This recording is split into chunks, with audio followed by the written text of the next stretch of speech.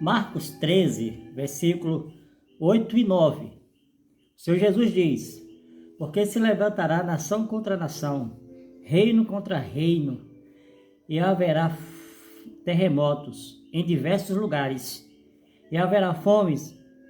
Isto será o princípio das dores.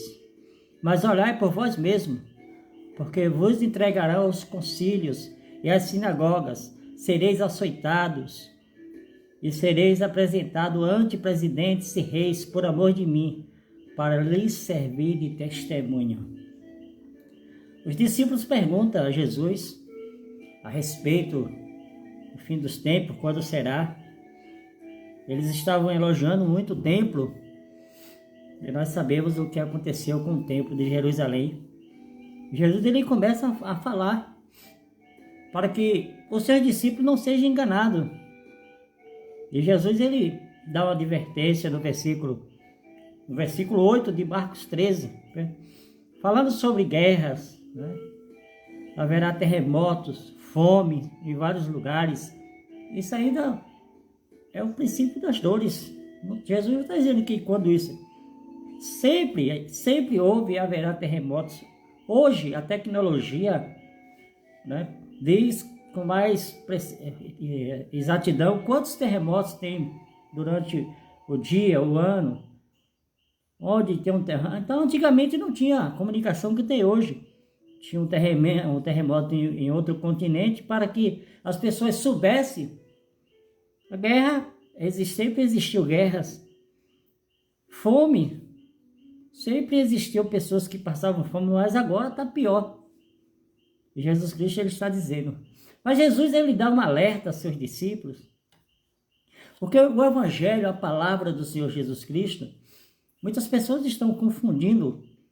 Na época de Jesus, quando Jesus transformou os pães e os peixes, alimentou ali aquela multidão, o pessoal já queria colocar Jesus como rei. O evangelho que Jesus prega é o evangelho que você deve amar ele. E os discípulos, eles receberam aí a exortação aí. Mas orai por vós mesmo, porque vos entregarão aos concílios e às sinagogas, e sereis açoitados. Sereis apresentados ante presidentes e reis por amor de mim, para lhes servir de testemunho.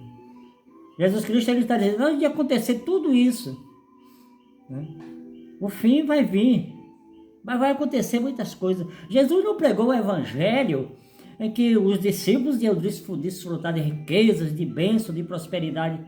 Claro que não é errado você pedir. Mas Jesus diz, olha, vocês vão ser entregues aos concílios, como Pedro, João e os discípulos de Jesus foram presos, açoitados pelos líderes religiosos e sacerdotes. Muitos foram mortos. Muitos realmente sofreram. O apóstolo Paulo mesmo, quando decidiu a seguir Jesus, o Espírito Santo falou que ele tinha pela frente dele açoites, perseguições, mas ele não desistiu. Jesus ele fala de um evangelho em que é para você testemunhar que ele é o Senhor da sua vida, para você testemunhar que não importa o que você está sofrendo, o importante é Jesus Cristo ser o Senhor da sua vida. Olhai por vós mesmo, porque vos entregarão aos concílios e às sinagogas, e sereis açoitados. Muitos discípulos foram açoitados, presos, escarnecidos, zombados. Mas Jesus ele fala a verdade. Jesus poderia até, humanamente falando, eu não vou falar essas coisas não, porque eles não vão me seguir. O evangelho é para a pessoa mudar de atitude. Claro que vem as bênçãos, vem. Deus pode promover muitas bênçãos em sua vida. Mas as pessoas querem um evangelho em que elas não tenham nenhum problema, não tenham nenhuma dificuldade. E Jesus Cristo ele diz aí no versículo 10, mas importa que o evangelho seja primeiramente pregado entre todas as gentes.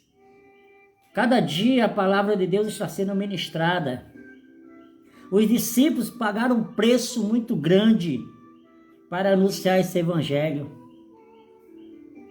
Os discípulos, eles não tiveram uma mensagem,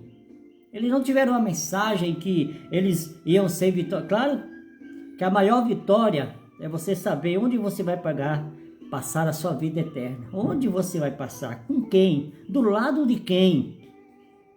E os discípulos, eles entenderam a mensagem do Senhor Jesus Cristo. Eles compreenderam. Quando muitas coisas começaram a acontecer, muitos pensavam que Jesus já estaria voltando. E foi passando-se o tempo. No ano 70, Jerusalém foi destruída, foi atacada. Agora imagine se ainda tivesse alguns discípulos de Jesus ainda vivos. Da época de Jesus, eles iam dizer, Jesus está voltando. Jesus Cristo, ele vai estar vindo. Mas ele quer saber se você realmente está dando testemunho que é um discípulo fiel dele. E não importa a circunstância. Fica a dica.